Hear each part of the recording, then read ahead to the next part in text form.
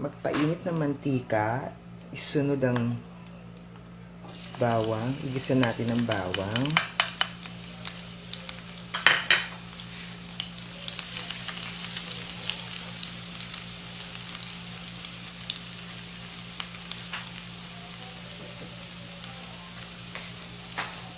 Isama ang siling, labuyo.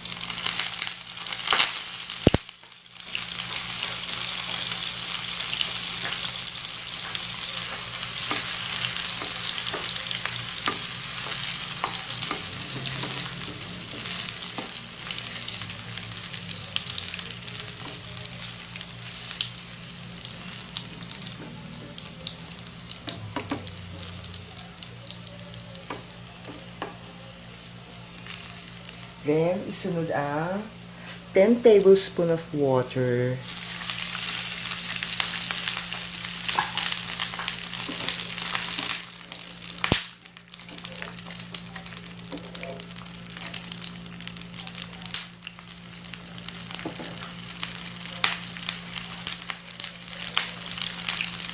Hintayin natin kumulo.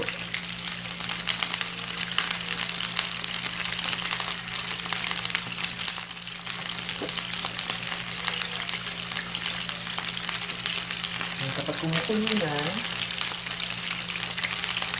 isunod ang 4 tablespoon of soy sauce.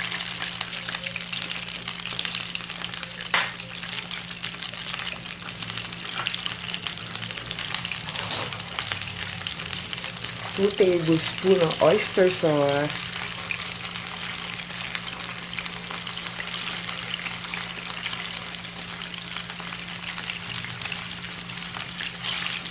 Inaalan natin ang apoy.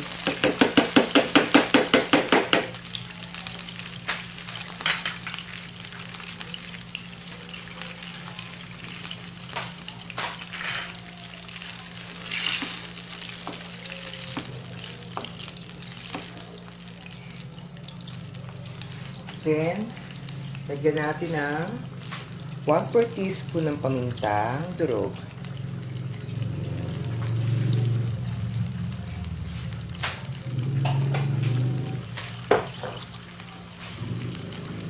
Halu-haluin. Mga ka-oliness, halu-haluin natin.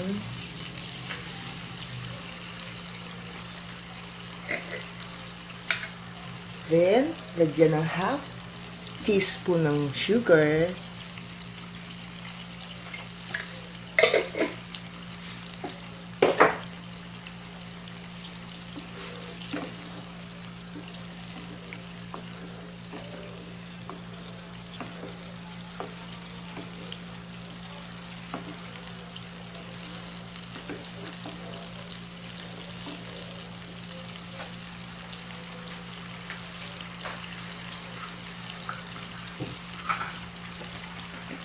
Yan, dahil sa kumukulo na siya ulit, lagyan natin ng 2 tablespoon ng vinegar.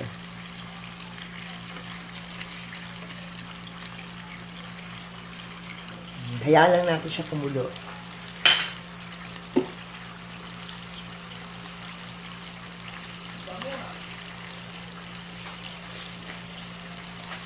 Yan, ginagawa natin ngayon ang adobo sauce para sa ating special tofu.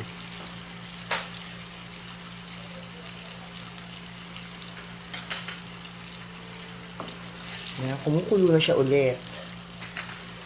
Lagyan natin ang slurry. Nag-mix ako ng 4 tablespoon ng water sa 2 teaspoon ng cornstarch. Yan, 1, 2, and 3. Hintayin natin siya lumapot.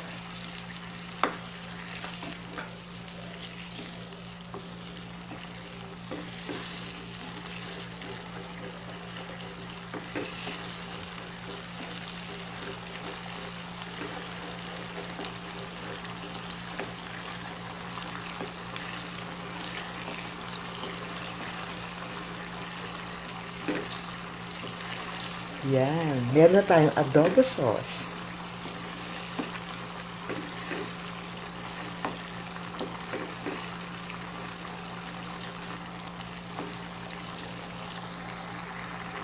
Ngayon po, magpi-plating na po tayo. Easy-easy.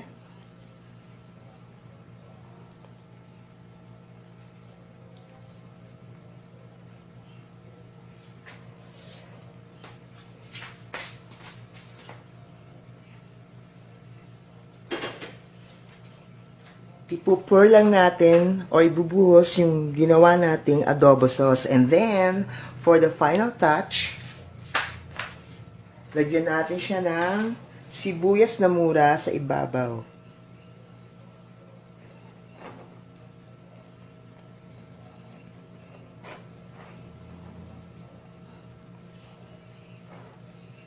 Ayan, meron na tayong very special tokwa adobo. Bye! See you next time again!